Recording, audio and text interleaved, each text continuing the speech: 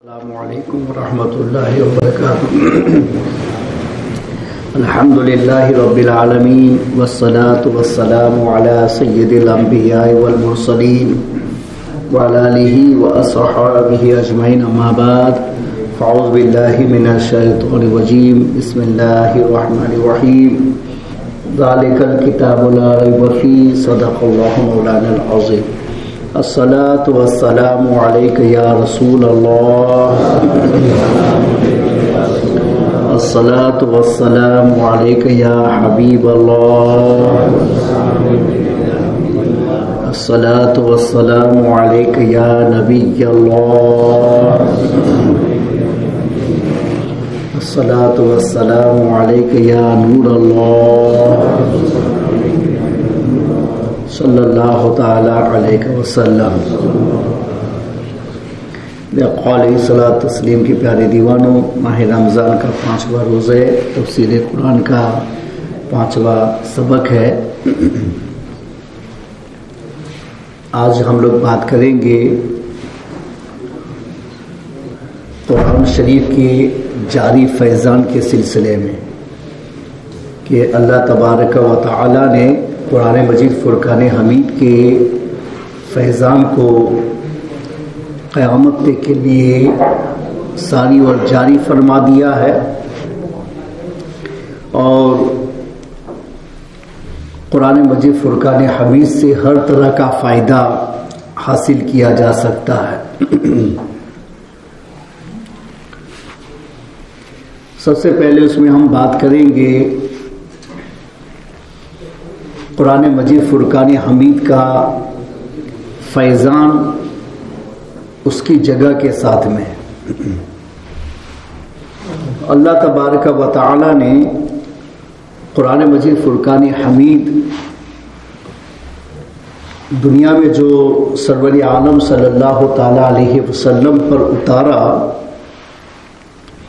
تو وہ سب سے پہلے غار حرا میں جب ہمارے آقا مولا صلی اللہ تعالی علیہ وسلم اعتکاف میں تھے، اعتکاف کا مطلب لوگوں سے الگ ہو کر کے عبادت کرنا، تو گوشے تنہائی میں تھے وہاں، تو اس وقت اللہ تبارک و تعالی نے سب سے پہلے اقرا بسم ربک الذی خلق کی صورت اللہ نے سرور عالم صلی اللہ علیہ وسلم پر نازل فرمائی۔ تو قرآن مجید فرقان حمید کے نزول کے لیے جو پہلی جگہ منتخب ہوئی وہ مکہ مکرمہ ہے، اور حضور اکرم علیہ الصلوۃ والتسلیم پھر ہجرت کر کے مدینہ شریف تشریف لے گئے، تو بہت ساری صورتوں کا نزول مدینہ شریف میں بھی ہوا، تو نزول کی دوسری جگہ یہ مدینہ شریف ہے۔ تو مکہ نزول کی پہلی جگہ ہے اور مدینہ شریف نزول کی دوسری جگہ ہے۔ اس وجہ سے قرآن مجید فرقان حمید میں آپ سورتوں کے ناموں کے ساتھ میں دیکھیں گے تو کسی سورت کے ساتھ میں مکیہ لکھا ہوگا اور کسی سورت کے ساتھ میں مدنیہ لکھا ہوگا۔ تو مکیہ کا مطلب ہوا کہ حضور کے ہجرت کرنے سے پہلے جو صورتیں نازل ہوئیں، وہ چاہے عین مکہ میں ہو یا اس کے آگے پیچھے، لیکن ہجرت سے پہلے جو صورتیں نازل ہوئیں ان کو مکیہ کہا جاتا ہے، اور ہجرت کے بعد جو صورتیں نازل ہوئیں ان کو مدنیہ کہا جاتا ہے۔ اور جگہ کے اوپر نزول قرآن کا فیضان یہ اللہ نے ہم لوگوں کے لیے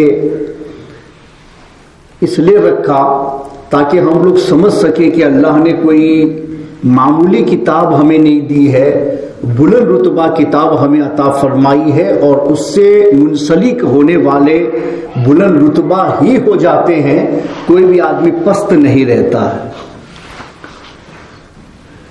تو مکہ شریف میں اس کا نزول ہوا، تو مکہ میں اللہ نے اس کا جو فیضان قیامت تک کے لیے جاری فرمایا وہ یہ ہے کہ حرم مکہ میں کوئی بھی عبادت و بندگی کی جائے، کوئی بھی عبادت و بندگی، ایون کہ نماز پڑھو، تسبیحات پڑھو، یا کوئی بھی کار خیر کرو، کسی کو صدقہ کرو، کسی کو پیسے دو، کسی کو بخشش کرو، کچھ بھی کرو، جو بھی چیز عبادت میں شامل ہو سکتی ہے وہ سب کا سب اس میں سراؤنڈ کر لیا جائے گا کہ کسی بھی طرح کی عبادت۔ تو ہمارے آقا مولا صلی اللہ علیہ وسلم نے فرمایا کہ اس کو 1,00,000 گنا اس عبادت کا ثواب دیا جائے گا، 100,000 ٹائمز ایک عبادت۔ تو 1 پاؤنڈ اگر آپ نے وہاں کسی فقیر پر خیرات کیا تو یہاں 1,00,000 پاؤنڈ دوسروں کو ہم تقسیم کریں، اور حرم پاک میں ہم نے 1 پاؤنڈ کسی فقیر کو دے دیا تو ثواب میں ایسے ہی ہو گیا کہ یہاں ہم نے 100,000 دیا اور وہاں ہم نے 1 پاؤنڈ دیا۔ نماز ہم یہاں پڑھے تو 2 رکعت سے کم تو کوئی نماز ہے نہیں، تو 2 رکعت ہم پڑھے، یہاں 2 رکعت ہے، ثواب میں وہ 20 تک جا سکتی ہے۔ اور حرم پاک میں کہیں بھی مسجد حرام کا کوئی کنڈیشن اس میں نہیں ہے، ایون کہ جو ہوٹلز وغیرہ ہیں وہ بھی سب حرم کے ایریا کے اندر ہیں، تو وہاں بھی اگر کوئی آدمی نماز پڑھے نا تو اس کو اپنی نماز پر 1,00,000، 1 رکعت پر 1,00,000 رکعت کا ثواب ملے گا۔ یہ خلاصہ ہو گیا۔ اب کوئی بھی عبادت آپ کر لو، تسبیحات ہیں، یہ ہے وہ ہے، کچھ بھی ہو۔ ہمارے آقا مولا صلی اللہ علیہ وسلم نے فرمایا کہ جس نے مکہ مکرمہ میں 1 رمضان گزارا اس کو دوسری جگہوں کے 1,00,000 رمضان کا ثواب عطا کیا جائے گا۔ وہاں 1 ختم قرآن کر لو، یہاں 1,00,000 ختم قرآن کرو، اس کا ثواب آپ کو وہاں 1,00,000 سے مل جائے گا۔ تو یہ خلاصہ ہوا حدیث کے اعتبار سے کہ حرم پاک میں کوئی بھی عبادت کی جائے تو دوسری جگہوں کی عبادت کی بنسبت حرم کی عبادت کو اللہ تبارک و تعالی ریوارڈ میں، ثواب میں، بدلے میں 1,00,000 گنا بڑھا دیتا۔ ایسا کیوں کہ یہاں بھی عبادت کرتے ہیں، وہاں بھی عبادت کی جاتی ہے، تو عبادت میں کوئی فرق نہیں ہے، ثواب میں کیوں فرق آ رہا ہے؟ تو ثواب کا فرق اس لیے ہے کہ اللہ تبارک و تعالی نے اپنی مقدس کتاب قرآن مجید فرقان حمید کے نزول کے لیے پہلے جس جگہ کا انتخاب کیا وہ حرم کی جگہ ہے اور مکہ مکرمہ، تو حرم کی جگہ ہے اور مکہ مکرمہ ہے، تو اللہ نے اس قرآن کے نزول کے فیضان کو اب قیامت تک کے لیے جاری فرما دیا۔ اب یہ تو نہیں نا حرم میں کہ کوئی کنڈیشن ہو کہ بھئی رمضان کے مہینے میں اگر کوئی ثواب بڑھایا جاتا ہے تو رمضان میں ہوتا ہے، رمضان کا مقدس مہینہ چلا جائے تو وہ جو آپ کو کہا ہے وہ پھر ریوارڈ نہیں مل سکتا، رمضان میں ملے گا۔ لیکن حرم میں کہہ دیا کہ نہیں، حرم کے اندر یہ فیضان اب قیامت تک جاری رہے گا۔ کیوں؟ اس لیے کہ اللہ نے قرآن کو اتارنے کے لیے پہلے جس جگہ کا انتخاب کیا وہ حرم پاک ہے اور شہر کے اعتبار سے مکہ معظمہ، تو اللہ نے یہ فیضان ہمارے لیے جاری فرما دیا تاکہ جب بھی کوئی آدمی وہاں پہنچے تو اسے یاد آنا چاہیے کہ میری ایک عبادت و بندگی کو اللہ نے اتنا دوسری جگہوں کی بنسبت بڑھا دیا ہے۔ تو کیوں بڑھا دیا ہے؟ ایسے ہی نہیں بڑھا دیا ہے، اللہ نے اس لیے بڑھا دیا ہے تاکہ تم وہاں قدم رکھو تو تمہیں یاد آ سکے کہ یہی وہ مقدس زمین ہے کہ جس زمین پر اللہ نے ہماری رشد و ہدایت کے لیے سب سے پہلے کلام کا نزول وہاں فرمایا تھا۔ تو اللہ نے اس جگہ کو اتنا متبرک بنا دیا کہ وہاں قدم رکھتے ہی ہمیں احساس ہو جائے کہ ہمارے قرآن کا فیضان کس قدر وہاں جاری ہے، کس قدر وہاں جاری ہے کہ میں کچھ بھی عبادت کرتا جاؤں اور 100,000 ٹائم ثواب میرے نامہ اعمال میں لکھا جاتا رہے۔ تو یہ قرآن کا جاری فیضان ہے جگہ کے اعتبار سے کہ اللہ نے سب سے پہلے وہاں اتارا ہے، اور آپ کو یاد رہے کہ وہ حرم پاک اس لیے مقدس ہو گیا ہے کہ اللہ نے قرآن کے نزول کے لیے اس جگہ کو منتخب فرمایا ہے۔ اور قرآن کے نزول کی دوسری جگہ سے مراد بعد ہجرت، حضور پاک کا مدینہ میں پہنچنا کہ بہت ساری صورتیں مدینہ میں نازل ہوئی، تو حضور اکرم علیہ الصلوۃ والتسلیم نے وہاں فرمایا کہ وہاں مسجد نبوی میں آ کر کے، چونکہ رسول پاک بھی وہاں موجود ہے، تو وہاں ہر جگہ کو نہیں کہہ سکتے، حالانکہ حضور پاک نے فرمایا کہ جیسے مکہ کا حرم ہے جو اللہ نے بنایا ہے، یہ مدینہ کا حرم ہے، اس کو میں نے حرم بنایا ہے، تو اس میں پورا حرم بھی مراد ہو سکتا ہے، مدینہ شہر بھی مراد ہو سکتا ہے۔ حضور نے فرمایا کہ ایک نماز میری مسجد میں آ کے پڑھی جائے تو آپ کو اس میں ایک رکعت کا 50,000 گنا ثواب دیا جائے گا، اور باقی جو بھی عبادت و بندگی آپ وہاں چل کے کرو تو 50,000 کا ثواب آپ کو وہاں دیا جائے گا۔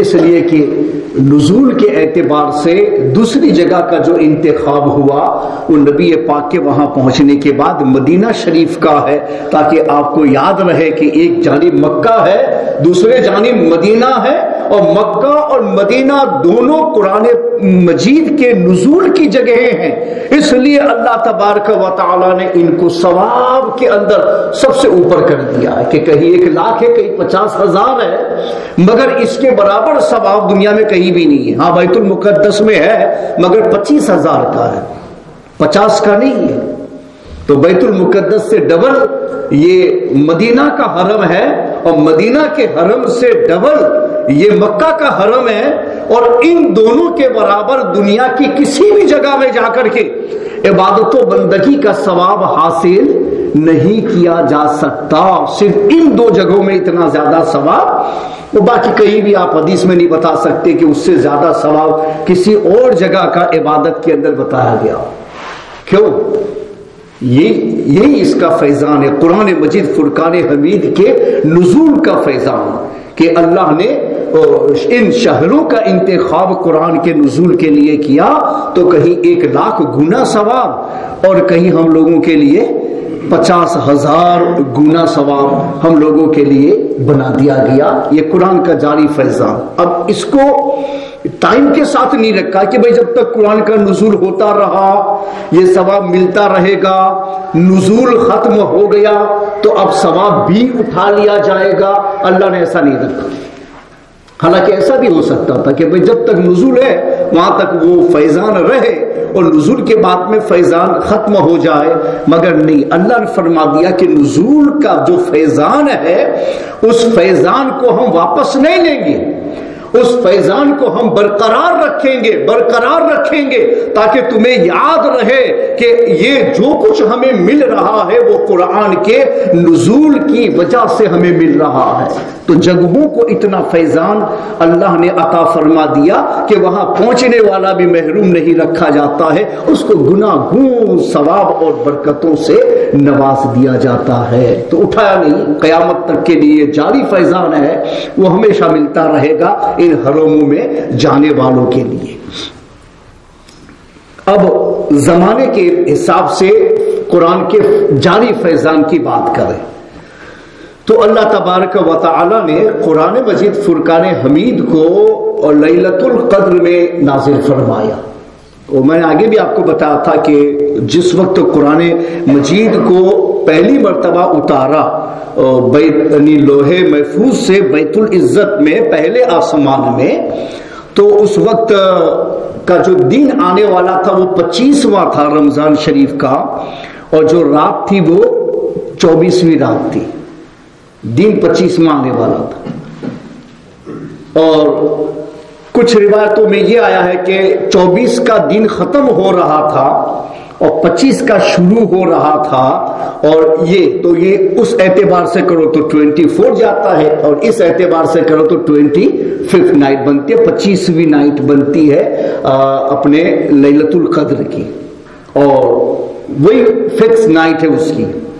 اس کو پھر بدلا کیوں گیا؟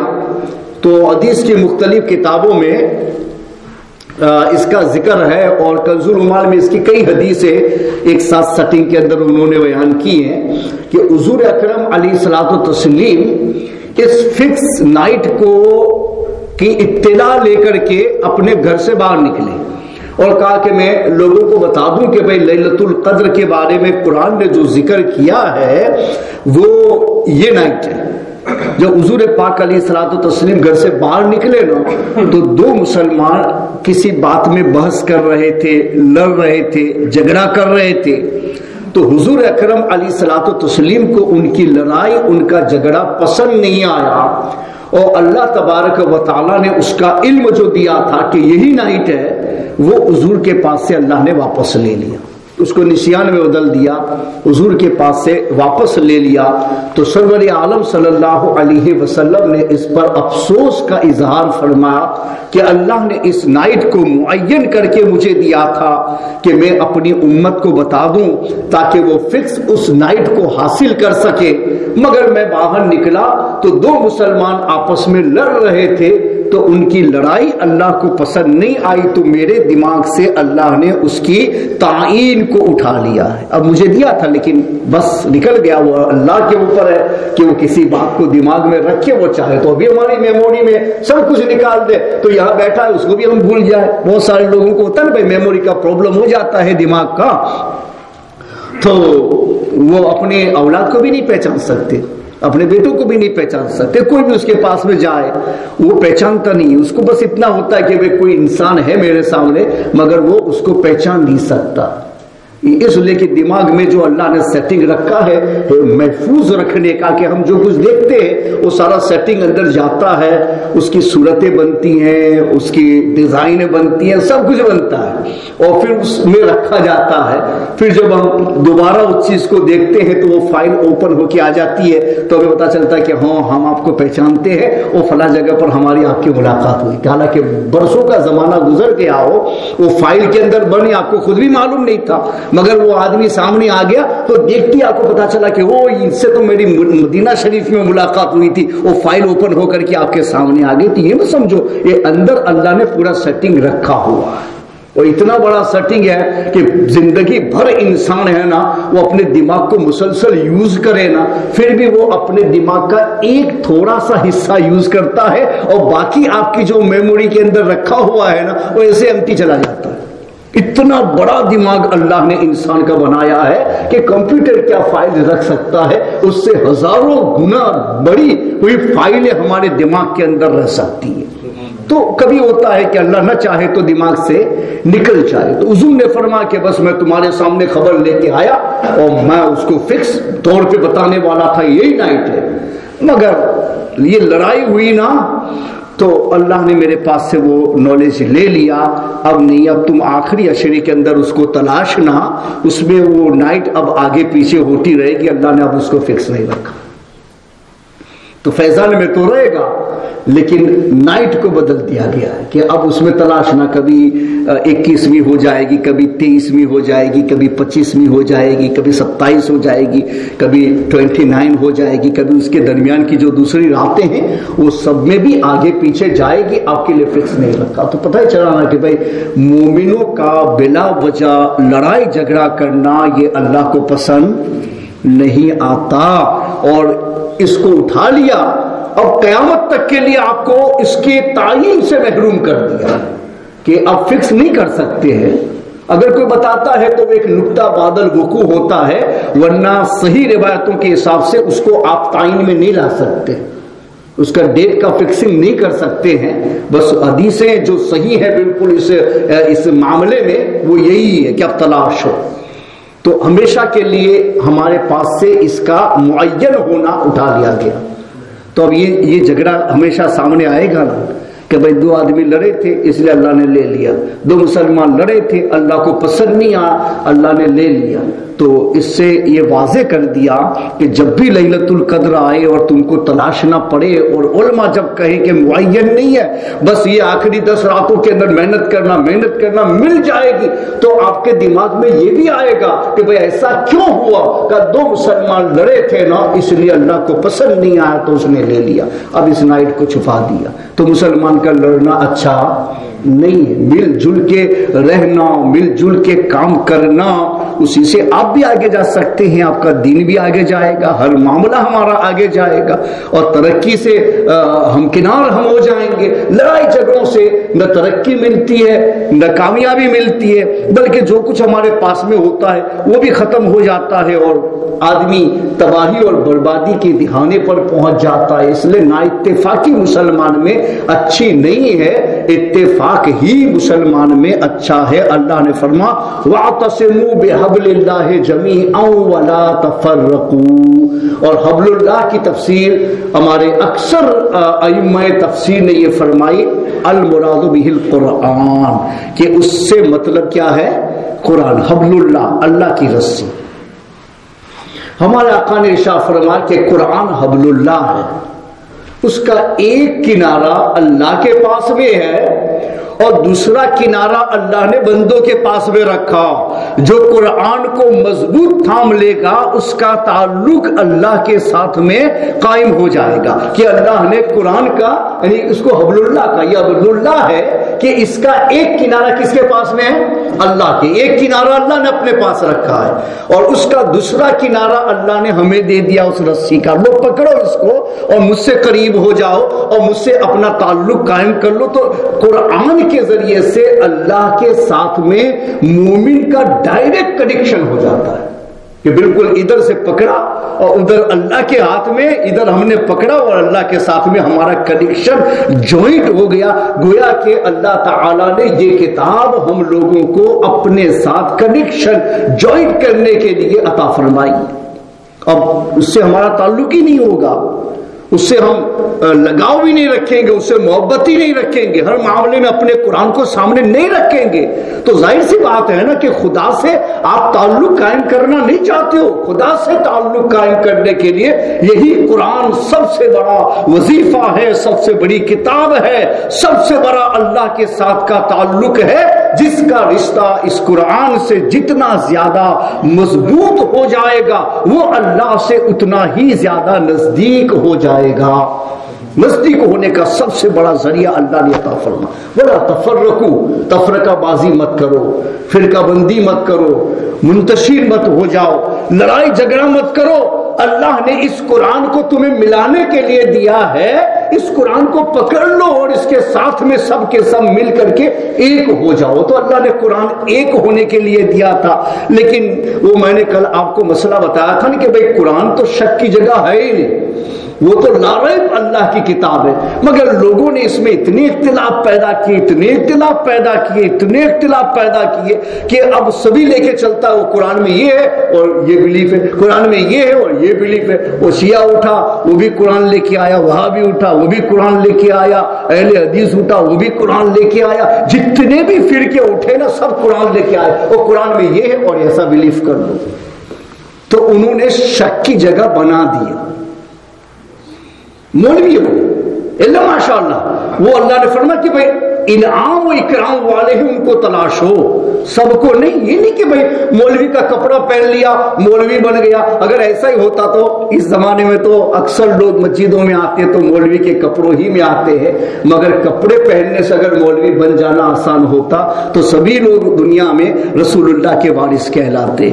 مگر اتنا آسان نہیں ہے. اس کپڑے کے اندر مولوی بھی آ سکتا ہے، غیر مولوی بھی آ سکتا ہے، کیا معلوم کہ اسی کپڑے کے اندر شیطان بھی آ سکتا ہے. اس لیے جیسے خود مولانا روم رحمت اللہ تعالی علیہ نے ایک شعر جو کہا ہے ہم لوگوں کی نصیحت کے لیے کہ کار شیطان می کند نامش ولی گر ولی اینس لعنت بر ولی، کہ شیطان کا کام کرنے والے کو اگر اللہ کا دوست کہا جائے تب تو اس کے اوپر اللہ کی لعنت ہونی چاہیے، کہ شیطان کا کام کر کے کوئی اللہ کا دوست نہیں بنتا.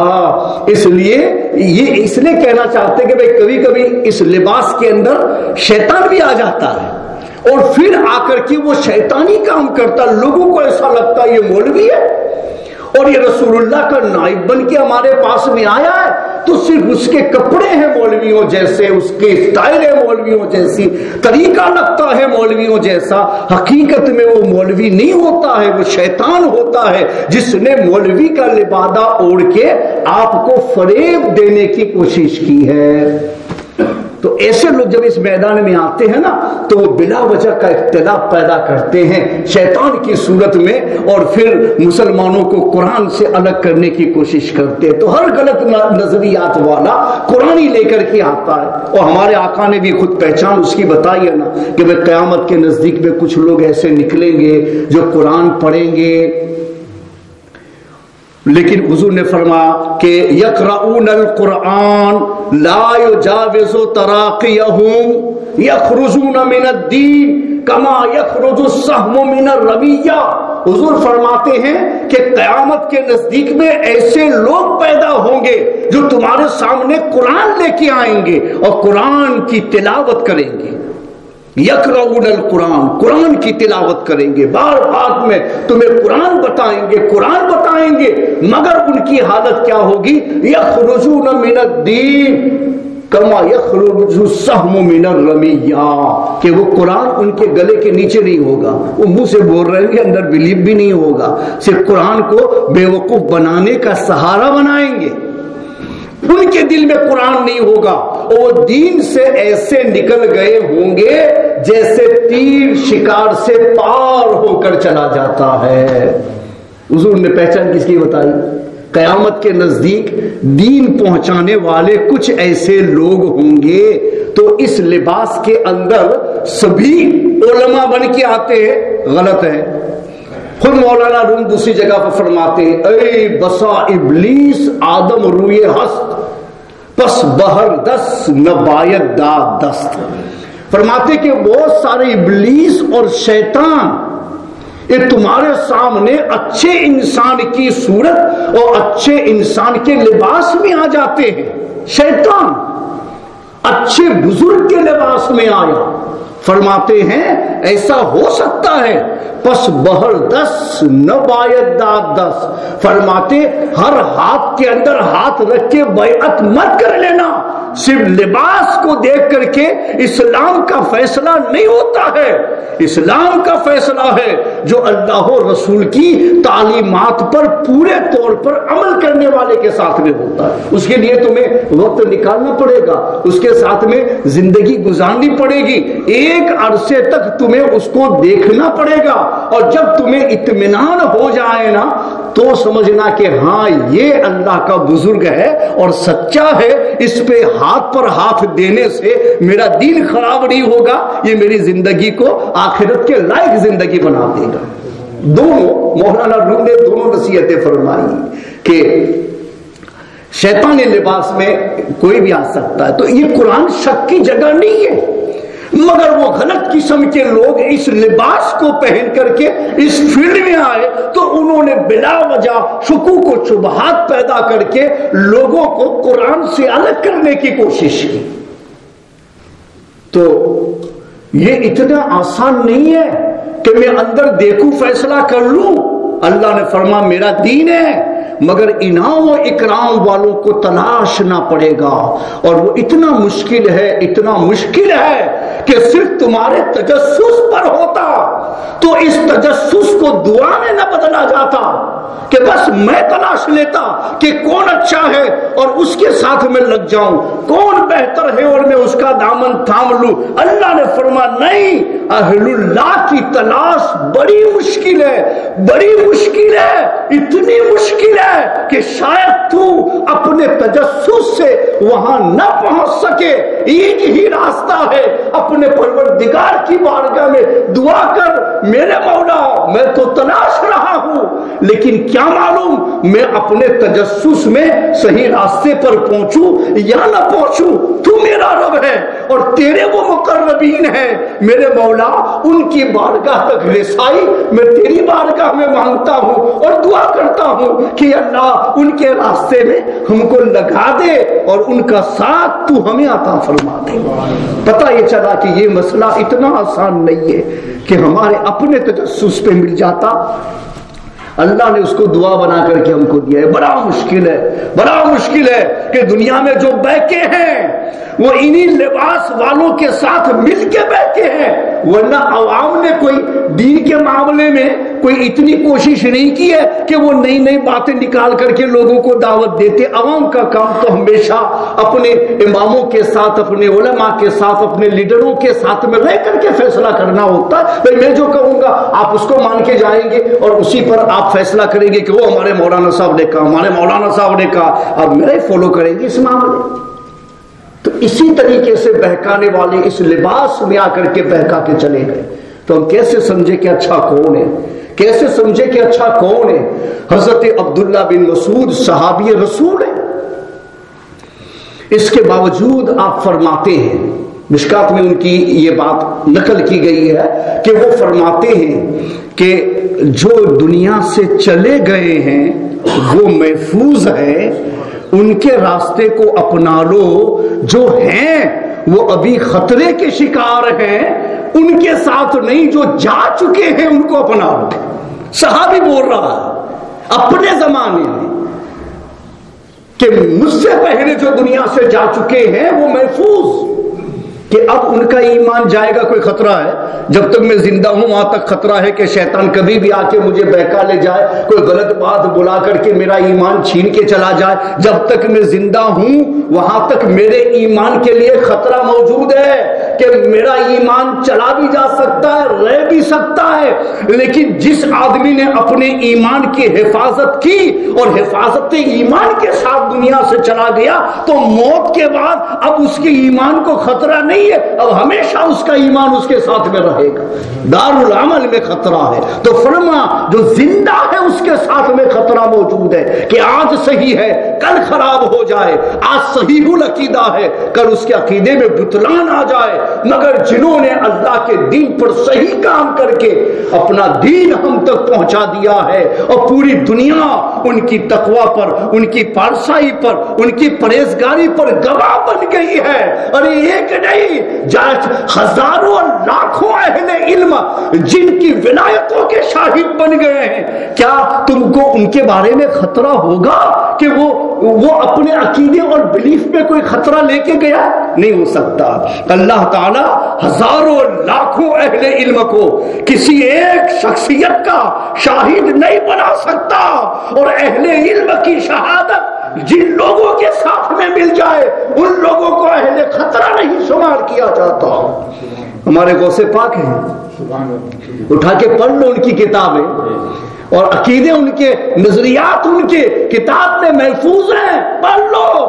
اور حضرت غوث اعظم کی ولایت پر ایک نہیں آج تک ان کے بعد آنے والے تمام علماء، تمام صلحاء نے اتفاق کیا ہے کہ وہ اللہ کے ولی ہیں اور غوث کے درجے پر فائز ہے. ایک نہیں پوری دنیا کی اہل اسلام کی شہادت ہے، اور خاص طور پر تمام اہل علم کی شہادت ہے.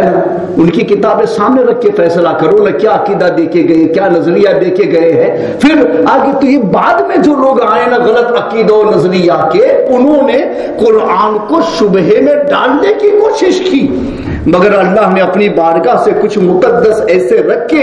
اس لیے اللہ نے فرمایا کہ یہ مت سمجھنا کہ یہ دین میں یہ سب پر پرابلم ڈالنے والے پیدا ہو رہے تو دین کو خطرے میں ڈال جائیں گے. نہیں، ہمیشہ ایک جماعت میں ایسی رکھوں گا کہ جو جماعت حق پر ہوگی، حق پر رہے گی، حق کے لیے مقابلہ کرے گی، اور اللہ اس کی حقانیت کی بنیاد پر ہمیشہ اس کو غالب رکھے گا. الحق کو یعلو ولا یعلا علیہ، حق خود سر بلند ہوتا ہے اور حق پر کسی غیر کو بلندیاں سے نہیں ہو سکتی. یہ جماعت اللہ ہمیشہ رکھتا ہے، اس کو تلاشنا ہے، اس کے ساتھ میں رہنا ہے. تو ہمارے آقا نے فرما دیا کہ جب ایسے شبہات ڈالنے والے دنیا میں پیدا ہو جائے اور تمہیں پتہ نہ چلے کہ اب کیا کروں، شیعہ آیا قرآن لے کے، وہابی آیا قرآن لے کے، جماعت اسلامی آیا قرآن لے کے، قادیانی آیا قرآن لے کے، سب قرآن لے کے آ رہے.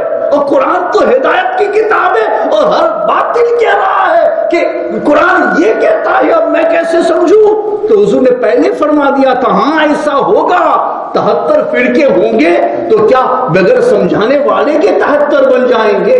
بغیر مولویوں کے 73 بن جائیں گے؟ بغیر اس لبادے میں آنے والے کے 73 بن جائیں گے؟ نہیں، عوام تو ہمیشہ فالو کرتی ہے اپنے اماموں کا۔ اس کا مطلب یہ ہوا ایسے ایسے مولوی رونما ہوں گے، ایسے ایسے لباس پہننے والے رونما ہوں گے کہ تمہیں لگے گا یہ سچا ہے، تمہیں لگے گا یہ اچھا ہے، تمہیں لگے گا یہ رسول پاک کا نائب ہے، تمہیں لگے گا یہ اللہ کی کتاب اپنے ساتھ میں لے کر کے آیا ہے۔ حضور فرماتے ہیں 73 ہوں گے۔ مطلب یہ ہوا کہ 73 قسم کے مولوی ہوں گے، 73 طرح کی باتیں کریں گے۔ اب تو کیسے اپنی ایمان کی حفاظت کرے گا؟ تو فرمایا جب ایسا خطرہ لاحق ہو جائے تو مان علیہ و صحابی، سوچنا کہ اب ان کو مت دیکھنا، اب پیچھے کی طرف چلے آنا کہ جو دنیا سے چلا گیا ہے وہ محفوظ ہے، جو زندہ ہے وہ خطرے میں ہے، زندہ ہے وہ خطرے میں ہے۔ مجھے کیا معلوم کہ سچ بول رہا ہے جھوٹ بول رہا ہے، مجھے کیا معلوم کہ صحیح عقیدہ لے کے آیا غلط عقیدہ لے کے آیا۔ سب شبہے میں ڈالنا چاہتے تھے تو میرے آقا نے فرما دیا ہاں 73 سمجھانے والے آ جائیں گے، 73 طرح کی بات کریں گے، تیرے لیے مشکل ہو جائے گا لیکن تیری مشکل میں پہلے حل کر کے جاتا ہوں۔ اس وقت اس زندہ کو مت دیکھنا، اب وہ جو بات کر رہا ہے اس کو میری باتوں کے ساتھ اور میرے صحابہ کی باتوں کے ساتھ میں ملانا۔ اگر مل جائے تو وہ سچ ہے اور نہ ملے تو اسے ریجیکٹ کر دینا، وہی غلط ہے، وہی غلط ہے۔ تو قرآن مجید فرقان حمید کا یہ فیضان ہمیشہ جاری رہے گا کہ وہ رشد و ہدایت کی کتاب ہے، رشد و ہدایت ہی رہے گی اور غلط کے ہاتھ میں جائے گی پھر بھی اس کی رشد و ہدایت ہمارے لیے گواہ بن کے آئے گی کہ اب تمہیں ان لوگوں کے ساتھ میں ہونا ہے کہ جن کے ایمان پر سب گواہ بن گئے۔ اب میں آپ کو بتاؤں ایک آسان لفظ میں کہ ایک کی گواہی باطل ہو سکتی ہے، دو کی گواہی چلو چل جائے مگر شبہات ختم نہیں کر سکتی ہے۔ اور اسلام میں تواتر کا معنی مسلمانوں کا ایک جم غفیر ہر زمانے میں ایسا رہا ہو تو اس نے شہادت دی ہو اور کبھی بھی وہ جماعت ایسی ختم نہ ہوئی ہو۔ تو باقی سب چیزوں کے اجماع ہے نا، وہ تو ٹائم بھی نہیں کہ ایک زمانے میں رہا ختم ہو گیا، زمانے میں رہا ختم ہو گیا، زمانے میں رہا ختم ہو گیا۔ لیکن ایک اجماع قرآن کے ساتھ ہے اور ایک اجماع رسول اللہ کے صحابہ کے ساتھ میں ہے۔ یہ اجماع قیامت تک چلنے والا اجماع ہے ان کی عدالت کے اوپر کہ قرآن کی عدالت اور قرآن کا خدا کی کتاب ہونا یہ مومن کے نزدیک ہمیشہ اجماعی رہا، قیامت تک اجماعی رہے گا، اس میں کوئی شبہ پیدا نہیں ہوگا۔ اور دوسرے رسول اللہ کے صحابہ ہیں، صرف اہل تشیع اس معاملے میں خلاف ہوئے ہیں مگر ان کا تو بالکل واضح ہو گیا، وہ تو اللہ کی کتاب کو بھی اب مکمل کتاب نہیں مانتے، وہ پہلے ہی نہیں کہتے۔ باقی سارے مسلمان کہتے ہیں الصحابۃ کلہم عدول، کہ سارے صحابہ عدل والے ہیں، انصاف والے ہیں، سچائی والے ہیں، حق پر رہنے والے ہیں، نبی کے عقیدے کا فالو کرنے والے، نبی کے طریقے کا فالو کرنے والے، ان سے سرے منہ کھسکنے والے نہیں ہے۔ اور کسی بھی صحابی کے بارے میں ہمارے علماء اہل سنت کا پہلے سے لے کے آج تک یہ اتفاق رہا ہے کہ کوئی روایت صحابی سے ہو تو اس صحابی کی تاریخ کے بارے میں تجسس نہیں کریں گے کہ وہ صحابی کیسا تھا، ان کا طریقہ کیسا تھا، ان کا کردار کیسا تھا، تب اس حدیث کو لیں گے۔ فرما تابعین میں سوچیں گے، طب تابعین میں سوچیں گے، بعد والوں میں سوچیں گے، بغیر ریسرچ کے حدیث کو نہیں پکڑا جائے گا۔ لیکن صحابی کے بارے میں تجسس نہیں ہوگا۔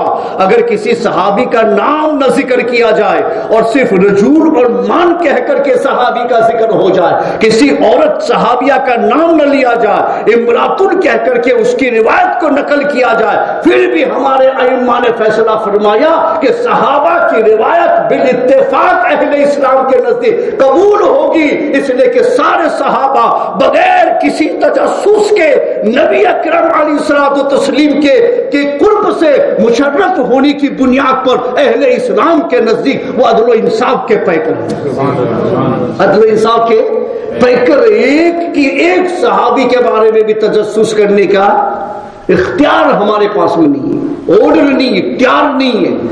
ہم صحابی کا نام آئے گا کہ کہ وہ صحابی جنتی ہے، صحابی ہے، بس اس کی بات قبول ہے اس لیے کہ نبی کی صحبت سے فیض یافتہ ہے۔ حضور نے فرما دیا ما انا علیہ و صحابی، یہ صحابی کے دروس ہونے کا اجماع قوم مسلم کا ایسا اجماع ہے جو قیامت تک چلے گا۔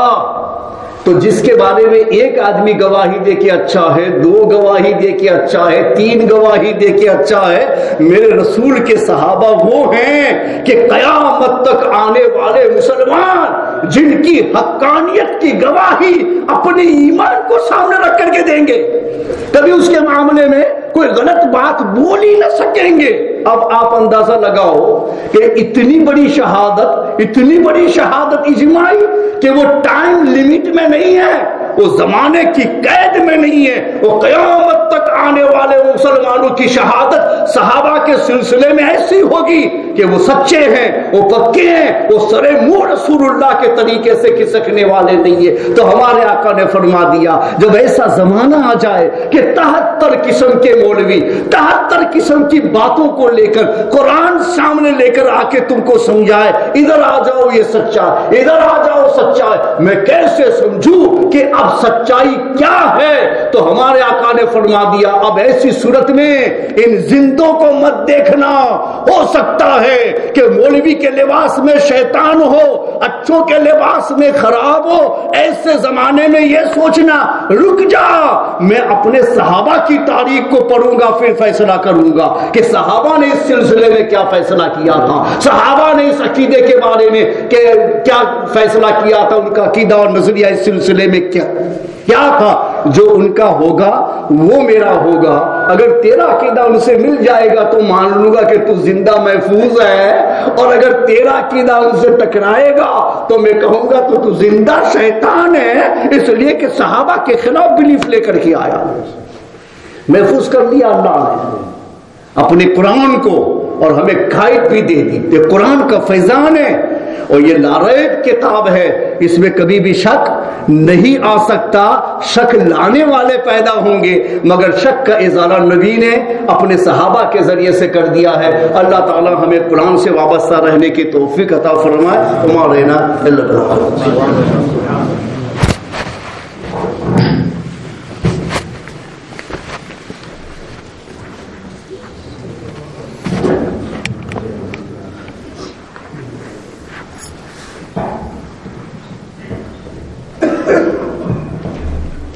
الحمد لله رب العالمين والصلاة والسلام على سيد الأنبياء والمرسلين. Today the topic of discussion is with regards to the ongoing blessings of the Quran. Yesterday we looked at the etiquette that must be maintained with regards to the Quran and how to respect the Quran. Today we are looking at the ongoing blessings of the Quran. The revelation of the Quran started in Makkah al-Mukarramah. The first 5 verses of Surah Alaq were revealed in Makkah al-Mukarramah in the cave of Hira upon the Prophet ﷺ. And the second place for the revelation of the Quran occurred in Madinah al-Munawwarah. This is why in the Quran we have Madani chapters and we have Makki chapters in the Quran, which means that the verses of the Quran or the chapters of the Quran that were revealed in Makkah al-Mukarramah or prior to the Hijrah are referred to as Makki chapters or verses. It doesn't matter if the Messenger of Allah ﷺ was actually in Makkah at the time of the revelation of a particular verse or a particular chapter, as long as it was prior to the migration to Madinah al-Munawwarah, all those verses and all those chapters will be referred to as Makki. And when the Messenger of Allah ﷺ migrated to Madinah al-Munawwarah, then all those verses, all those chapters that were revealed after this migration, they are referred to as Madani verses and Madani chapters. This revelation in Makkah al-Mukarramah, this revelation in Madinah al-Munawwarah, or prior to migration and after migration, this is what makes Makkah al-Mukarramah sanctified, and this is what makes Madinah al-Munawwarah sanctified. These are one of the reasons. This is why the Prophet ﷺ, he has mentioned there's a narration of the Prophet ﷺ that any form of worship that is carried out in Makkah al-Mukarramah this is increased by 100,000 times in reward. This is the greatness of Makkah al-Mukarramah. Why is there a difference in reward? If someone was to pray in this country, for example, or any other country aside from the city of Makkah al-Mukarramah, in particular in the Haram area, why is there a difference in the reward? Why does a person get 100,000 rewards, or the reward is times by 100,000 in Makkah al-Mukarramah instead of anywhere else in the world? And the reason for this is, one of the reasons for this is that the Quran was revealed, or began, the revelation of the Quran began in Makkah al-Mukarramah. So this makes Makkah al-Mukarramah a sanctified and holy place. In addition to that, the revelation of Madinah al-Munawwara, or the greatness of Madinah al-Munawwara, is for the same reason. One of the reasons is this, that Madinah al-Munawwara is sanctified and has this blessing and holiness as a result of the revelation taking place in Madinah al-Munawwara, and also because the Messenger of Allah sallallahu alaihi wasallam himself made Madinah al-Munawwara the Haram, where he states in one narration, the Prophet sallallahu alaihi wasallam said that Allah subhanahu wa ta'ala has made Makkah al-Mukarramah the Haram, and I have made Madinah al-Munawwara the Haram. So this place, the Haram of Madinah al-Munawwara, the reward for a person who does any form of worship in Madinah al-Munawwara is increased by 50,000 times. A person will receive 50,000 times the reward of whatever form of worship he has done. There is no other place in the world that has as much reward as these places, as Makkah al-Mukarramah, as Madinah al-Munawwara. No other place has this. And the reason, one of the reasons for this greatness in the reward is because of the revelation of the Quran and because of the Messenger of Allah sallallahu ta'ala alayhi wa sallam. In the Quran, Allah subhanahu wa ta'ala describes the Quran in various ways. Allah subhanahu wa ta'ala uses different words to describe the Quran. One of the ways Allah subhanahu wa ta'ala describes the Quran is that Allah describes it as a robe. So Allah says that this is the robe of Allah subhanahu wa ta'ala. Hold fast to this robe of Allah subhanahu wa ta'ala together and do not be divided. So do not divide among yourselves. Hold fast to this robe of Allah subhanahu wa ta'ala. In this there is greatness for people, that if they hold onto this robe of Allah subhanahu wa ta'ala. In Islam, division is not considered to be praiseworthy. In Islam, Islam prefers unity, cohesion and harmony.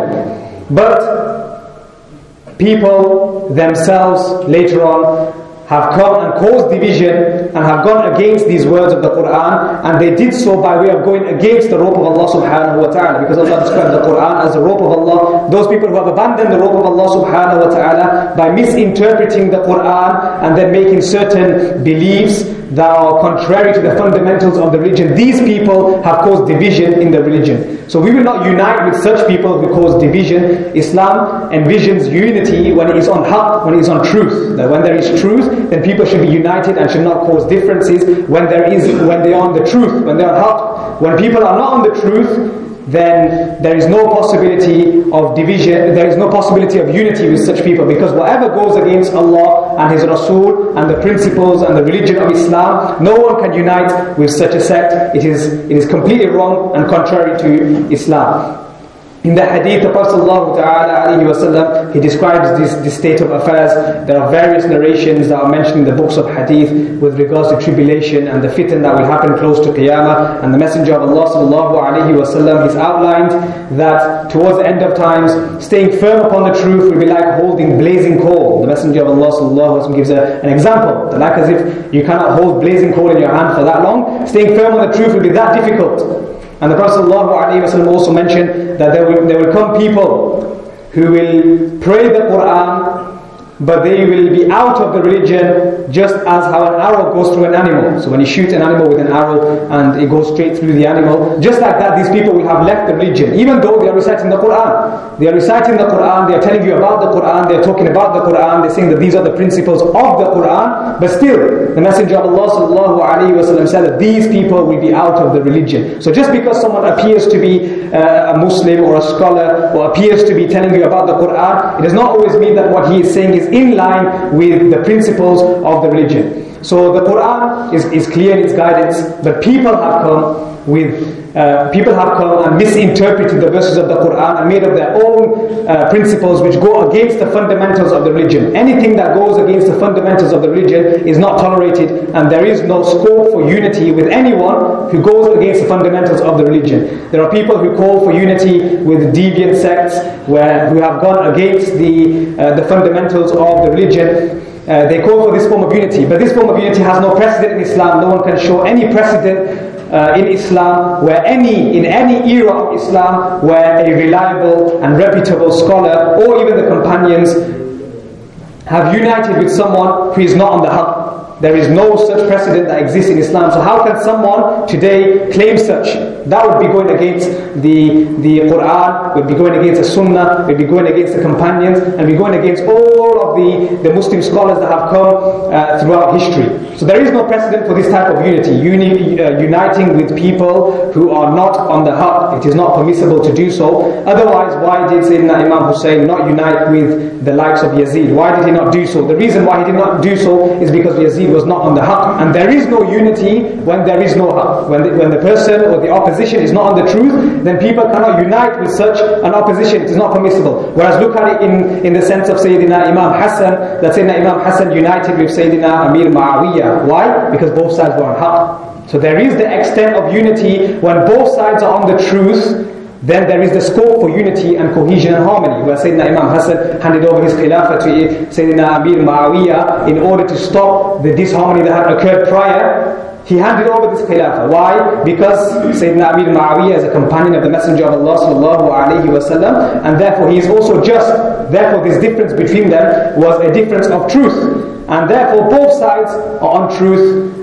And therefore Sayyidina Imam Hassan united with Sayyidina Amir Muawiyah. Whereas if you look at Sayyidina Imam Hussein, he did not unite with Yazid. Why? Because Yazid was not on haqq at all. Therefore, what does the precedent of Islam show? The precedent of Islam shows that there is no scope for unity when people are not on the haqq, when people are not on the truth, when people have gone against the fundamentals of the religion. There is no scope for unity. The precedent of Islam is that there is only scope for unity when people are on the haqq, on the truth. We cannot unite with people who are contrary to the fundamentals or who go against the fundamentals of Islam. So we will assess all personalities using the yardstick of Islam. That is the only way we can identify people who are on the haqq. Otherwise it would be impossible, because everyone claims to follow the Quran. Everyone says that we are the people of the Quran, we are the followers of the Quran, we are the followers of the Sunnah. This is the true way, this is the path, or they refer to it as a manhaj. This is the way.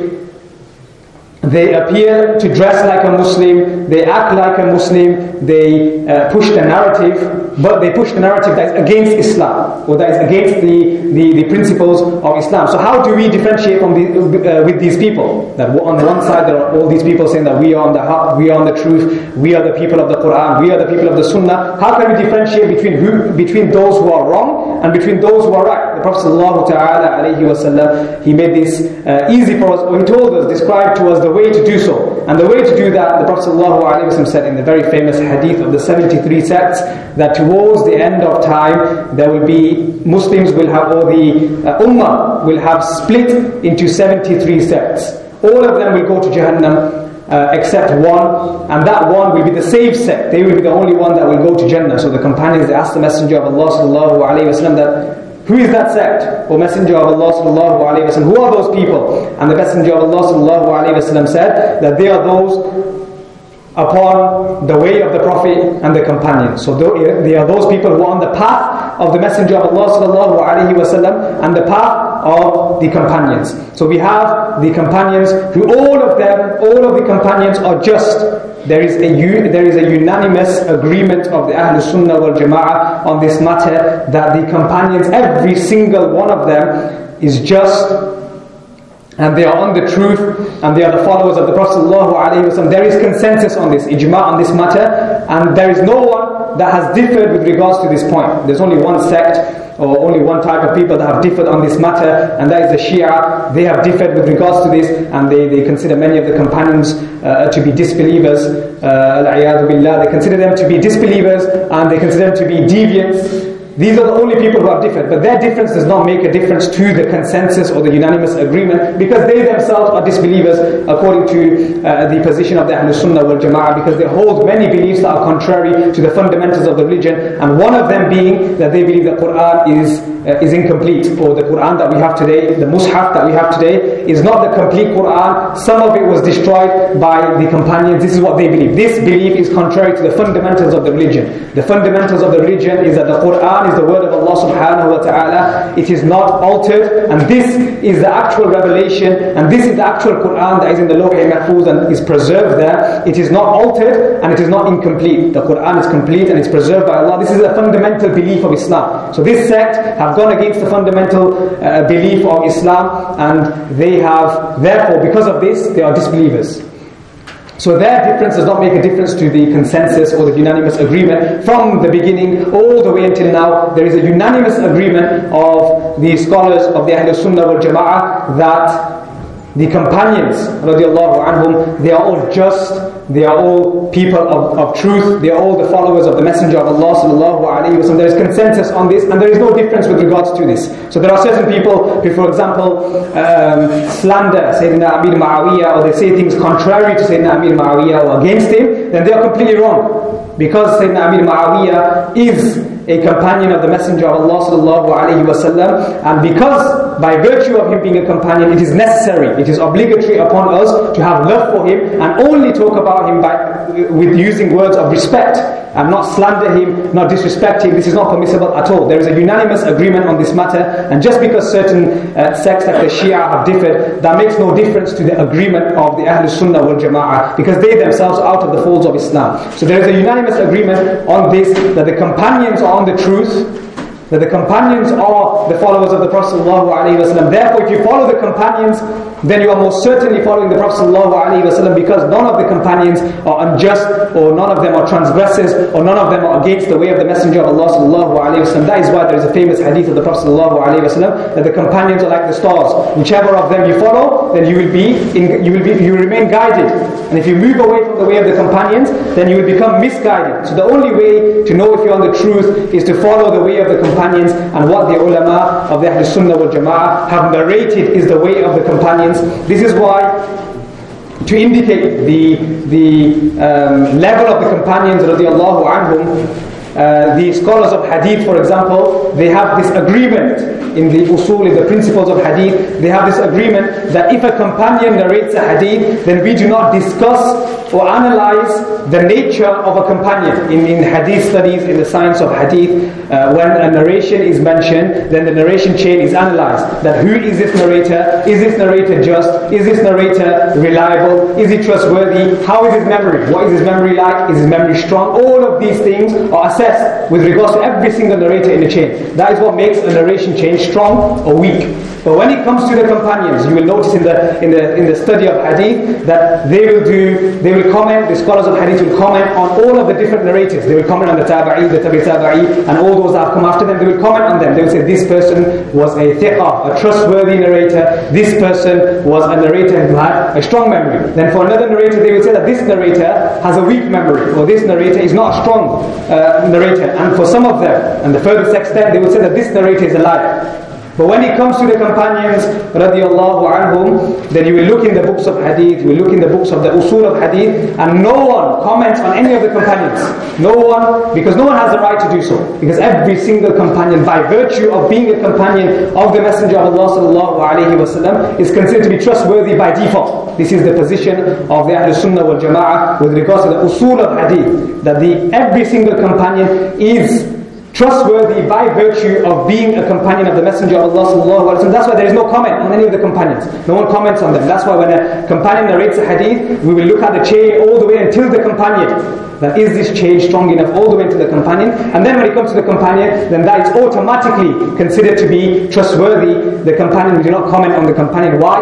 because of the fact that they are the companions of the Messenger of Allah sallallahu alaihi wasallam. Every single one of them is on the truth. They are the followers of the Messenger of Allah sallallahu alaihi wasallam, and they are just. This is a consensus and agreement of the Ahlus Sunnah wal Jama'ah. Therefore, when people come and claim that they are the followers of the Quran, they are the followers of the Hadith, then how do we analyze whether these people are on the truth? Yes, if you look at the usul of Hadith, we have to look at the chain. So we look at these people, we look at them, they may not be reliable. We look at the people before them, they may not be reliable. But we look at the chain of narration, we go all the way to the companions, we look in the books of hadith, and we analyze, is what this person saying in line with what the companions have said? If it is, then this person is saying the truth. If it is not, then this person is contrary to what Islam has said, and therefore we cannot follow such a person. So how do we identify deviant sects, misguided sects, who all claim to be the followers of the Quran and followers of the Messenger of Allah sallallahu alaihi wasallam? There's only one way to do so, which the Prophet ﷺ has told us, that whoever is upon the way of the Messenger of Allah ﷺ and the way of the companions, then only they are on the haqq. Nobody else can be on the haqq. Every single person must be on the way of the Prophet ﷺ and the way of the companions to be on the haqq. So the way we identify and differentiate between these people